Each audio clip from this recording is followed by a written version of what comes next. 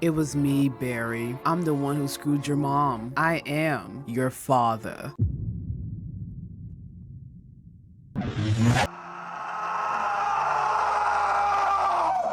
Behind every hero is a great villain, and today, ladies and gentlemen, I'm here to talk about a hater. Not just any hater though, no, this one took it to Olympic levels. In all my years of existing on this planet, I have never witnessed someone fueled by as much hatred, obsession, and straight up petty vindictiveness as the Reverse Flash. He isn't just a bad guy, he's the blueprint for the most toxic, obsessed ex-fanboy turned arch nemesis you'll ever meet. Earbod Thawne's obsession with the Flash wasn't just a hobby, it was a full-blown fixation. He didn't just admire Barry Allen, he studied him, dissected every moment of his life like sacred scripture. Every beat of the Flash's heart was a line in the gospel of Thawne's delusion. As he grew older, that obsession evolved into a purpose. Thawne dedicated his life to unlocking the mysteries of the Speed Force, the energy that made Barry who he was, and fate, or perhaps cruel irony, answered him. And without further ado, let's go over his origin story. It was me, Barry. One day, a time capsule from the 21st century miraculously appeared in Thawne's world, inside the Flash's iconic red costume, humming with traces of the Speed Force, and like a match to dry kindling, it lit something inside Earbard. With cold precision, he extracted the lingering Speed Force energy and infused it into himself. He had done it. He had become what he always wanted, a speedster. But speed alone wasn't enough. He wanted admiration, legacy, to be revered as the Flash of the 25th century. Only problem, there was no crime, no supervillains, no chaos to tame or lives to save in this squeaky clean utopia of a future. So what did Earbard do? He made his own emergencies. He would orchestrate disasters, put people in mortal danger, then show up at the last second, basking in applause and false gratitude, the hero of the crisis he created. It was never about saving people, it was about being seen. Thawne didn't just want to be the Flash, he wanted to replace him.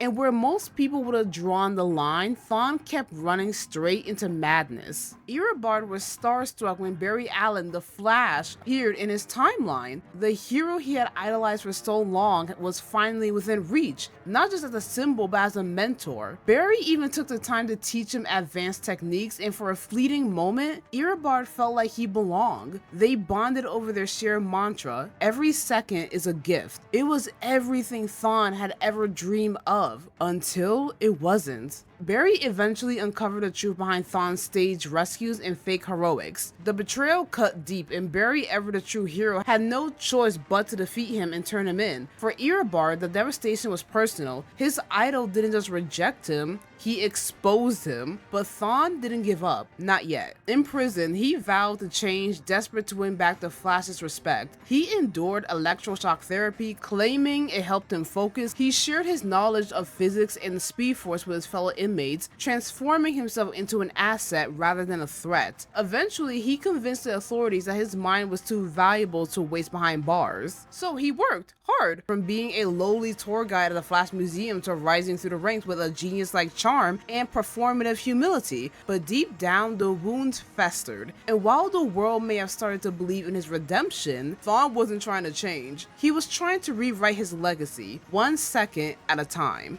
As we all know, Thawne was born in the 25th century, where babies are genetically modified. No surprises, just perfection. But somehow, even in a world where everything is planned to the molecule, fate still fumbled the bag. I mean, look at that face! Why is he mean mugging us like that? Like we did something. Earbard had the Michael Myers type eyes. Straight up gave us mugshot energy. Right out of the gate, you can tell Thawne was not rocking with anyone in his family. But out of all of them, he despised his little brother. He couldn't stand the kid and saw him as a waste of air, a waste of time, a waste of space. He wished his mama would have swallowed him and gone about her business. At this point in time, Thawne was obsessed with time travel and the Speed Force, and when his brother, who ended up in law enforcement, caught him doing illegal research, Thawne didn't just hide the evidence, oh no, he erased his brother from existence like he was a typo in the timeline. Earbard really looked at his own flesh and blood, decided he was an inconvenience, and hit the cosmic delete button with no hesitation whatsoever. And the coldest part? The next panel hits you with, "My name is Earbard Thawne."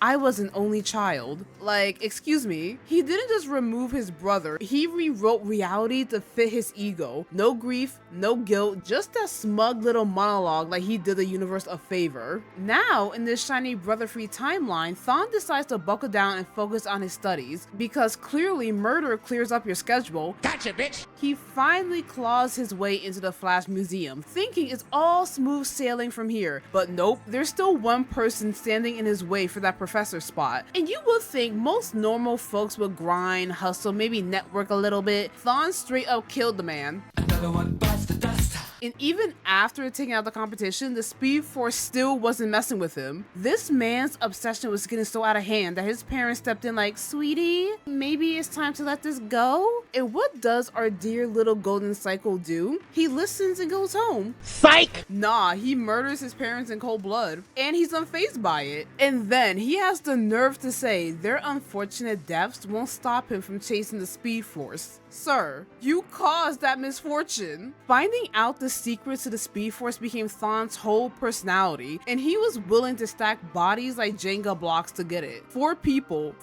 lost their lives so this man could run fast, and somehow he got away with it. Like, where were the cops? Where was anyone with a working brain cell? And listen, I get it, his little brother has been wiped from existence like a bad tweet, so no one's raising alarms there. But 3 more mysterious deaths are all connected to the same man lurking around the Flash Museum? Not even a red flag?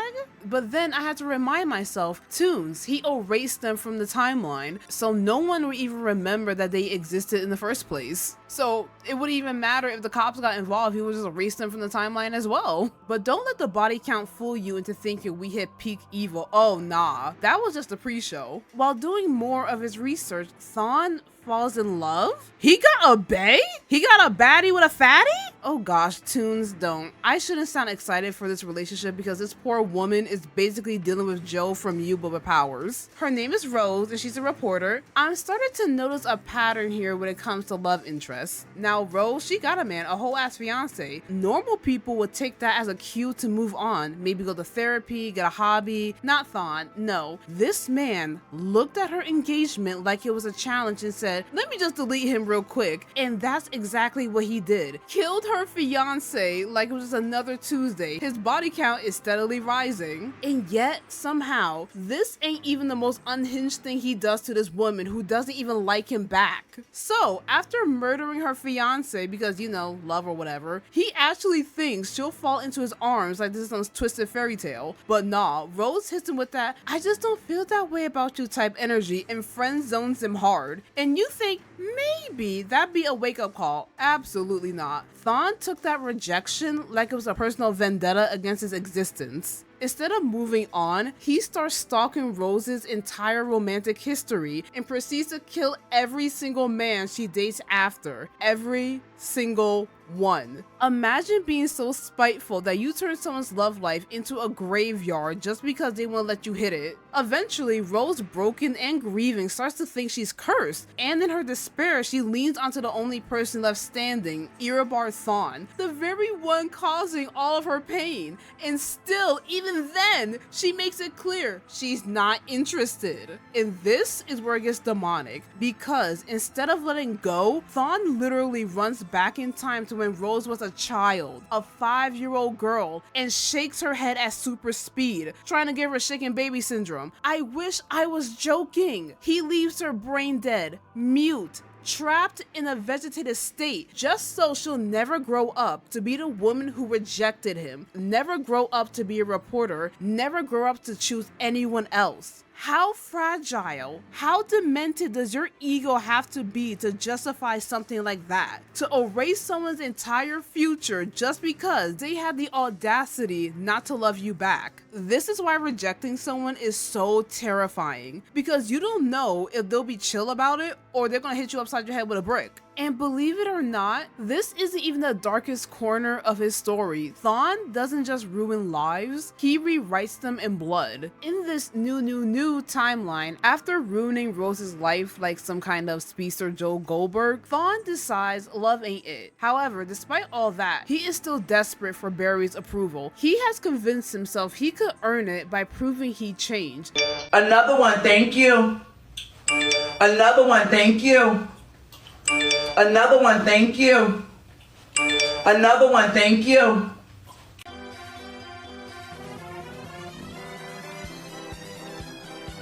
So what did he do? He traveled back to the 21st century not to stop a villain or save the world, but to win back the attention of a man he once called a friend. He ditched the red for yellow, humbling himself by choosing the color of the sidekicks, not the star. In his warped mind, this was growth. He stalked Barry, quietly watching his every move like a jilted lover waiting for a sign that he mattered again. But that sign never came. Instead, Thawne saw Barry give Wally West the same exact heartfelt gift he once received, a watch inscribed with the same "every second is a gift" line Barry told him years ago. Every second is a gift. Every second is a gift. Every second is a gift. Every second is a gift. In that moment, the illusion shattered. Thawne wasn't special. He never had been. And you know what's really crazy to me? You would think with Thawne being an obsessive fanboy, he would know that Wally West is his number 2. I guess not. Consumed by rage and heartbreak, he fled back to the 25th century, back to the Fashion Museum, where he faced a horrifying truth. His destiny was to suffer, to die over and over as Barry's nemesis. But instead of accepting it, he embraced it. He forged the negative speed force, flipped the lightning bolt on his chest, and fully became the Reverse Flash.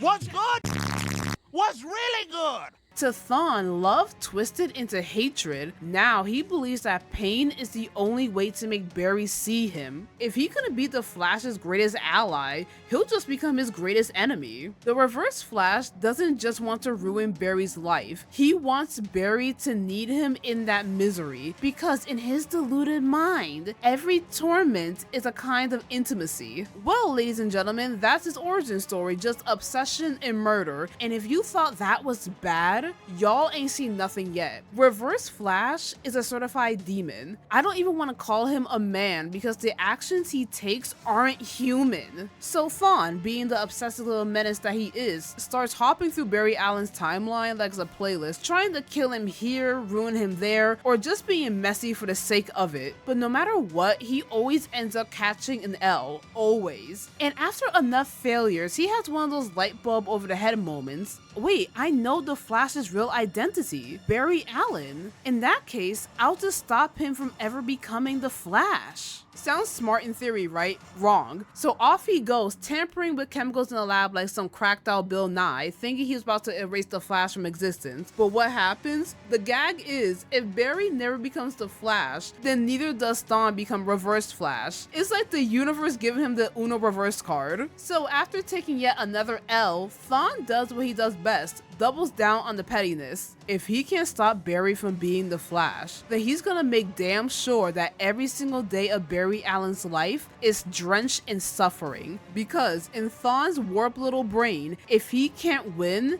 he'll ruin. Let's start off with the greatest hit on his sabotage playlist, literally stabbing Barry's mom to death in her own home. And if that wasn't sick enough, Thawne made sure to frame Barry's innocent father for the crime, and just like that, Barry's childhood is obliterated. Mom murdered, dad thrown in prison, and little Barry left to be an orphan, traumatized and alone. And what's so twisted is that none of it had to happen. Thawne didn't do it for power, he didn't do it to take over the world. He did it because he was mad that Barry didn't treat him like a special snowflake. He wanted Barry's attention so bad, he manufactured lifelong trauma just to stay relevant in the man's memory. Every tragedy, every loss, every heartbreak, best believe Reverse Flash had a hand in it. If that wasn't bad enough, Reverse Flash kidnaps Barry's girlfriend, Iris West. No, not CW Iris with his dramatic speeches and pep talks. I'm talking classic comic book Iris West. Thawne really said, let me snatch this girl real quick, and tried to kill her, emphasis on tried, because Barry wasn't having it. Reverse Flash effed around and found out and got his head snapped. But don't get too excited, that wasn't even the real Thawne, it was a duplicate. The actual Reverse Flash is just chilling in the back watching like a stalker. stalker. I'm watching you, SpongeBob. And what's so hilarious to me, if it wasn't so disturbing, is the demon still can't win. No matter how many times he fights Barry, the outcome is always the same.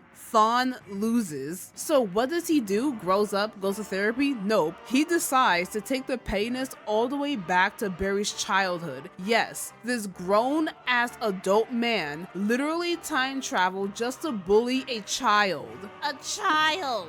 Like, how unhinged do you have to be to clock in for time travel just to mess with this cute cinnamon roll of a baby? If you thought killing Barry's mom was the peak of evil, nah, that was just the opening night for Reverse Flash's unhinged one-man Broadway. Because the real horror isn't the big stuff, it's the microaggressions of a speed-obsessed sociopath. This demon pushed Barry down a flight of stairs.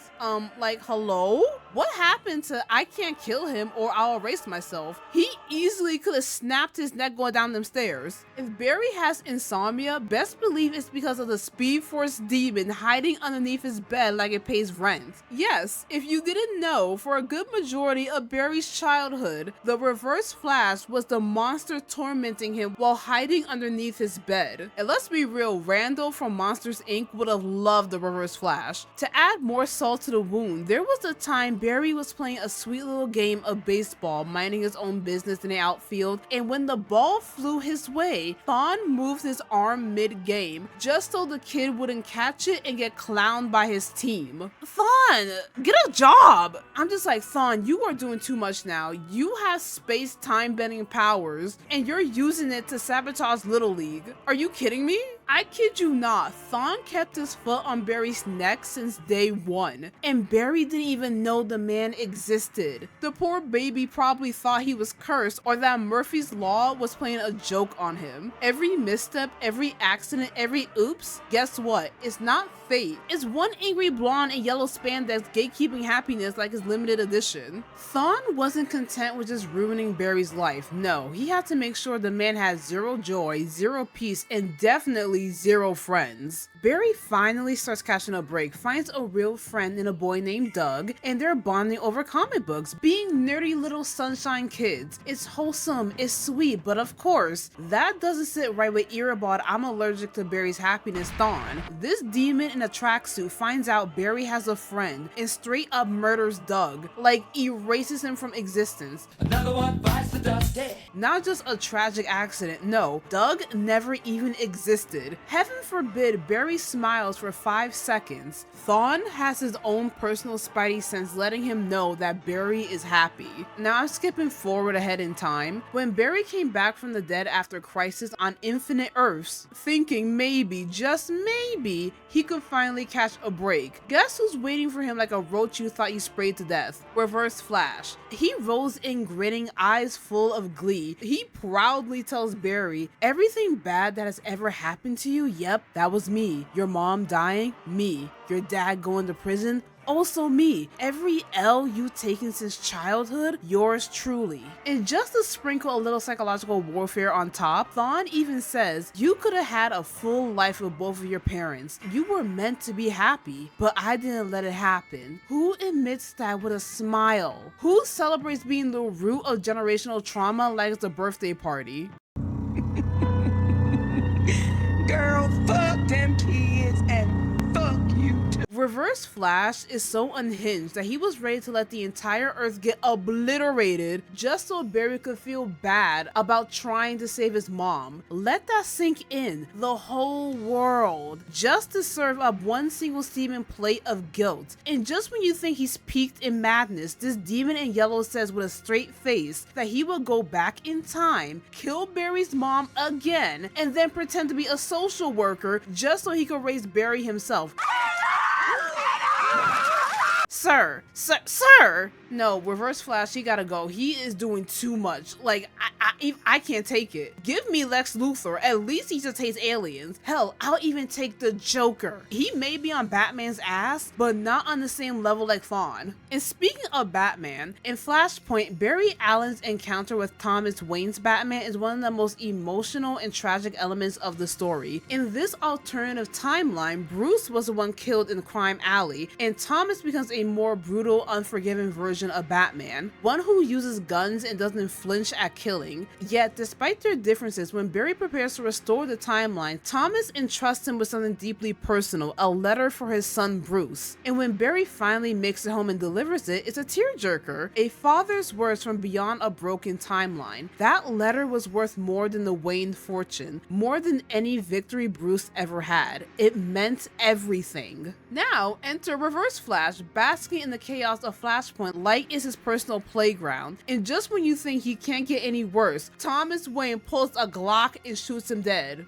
Good. A rare W for the Waynes in that timeline. But when the timeline reverts back and Thawne slithers back into existence, he beats Batman to an inch of his life. Thawne discovers the letter and decides that punching Bruce Wayne nearly to death wasn't enough. No, he tears the letter to shreds right in front of him, destroying the letter that most likely hurt Batman more than any punch Reverse Flash inflicted on him. And you know what's really crazy to me? The Reverse Flash stands out as an eerily prophetic character, almost a satire born too early, capturing the dark extremes of toxic fandom long before internet culture amplified it. Some of the most compelling villains in comics are mirrors held up to society, and Erebor Thawne is no exception. What began as admiration, a superfan from the future idolizing the Flash, slowly spiraled into obsession, entitlement, and ultimately violence. Wow, he sounds scarily similar to Syndrome from The Incredibles. Thawne didn't just want to celebrate Barry Allen, he wanted to own a piece of him. And when that affection wasn't returned the way he wanted, it curdled into pure hatred. His story is a chilling psychological exploration of what happens when admiration becomes possessive, when passion mutates into a need for control. In Thawne's fractured mind, if he couldn't be Barry's friend or equal, he settled for being his greatest tormentor, just to ensure he stayed relevant in Barry's life. It's disturbingly similar to what many public figures face today. Celebrities, content creators, and influencers have found themselves on the receiving end of obsessive fans who cross boundaries, stalk, threaten, or harass them, all under the twisted belief that their devotion entitles them to something in return. Thawne embodies that mindset to its most extreme conclusion. A man who believes inflicting pain is better than being forgotten.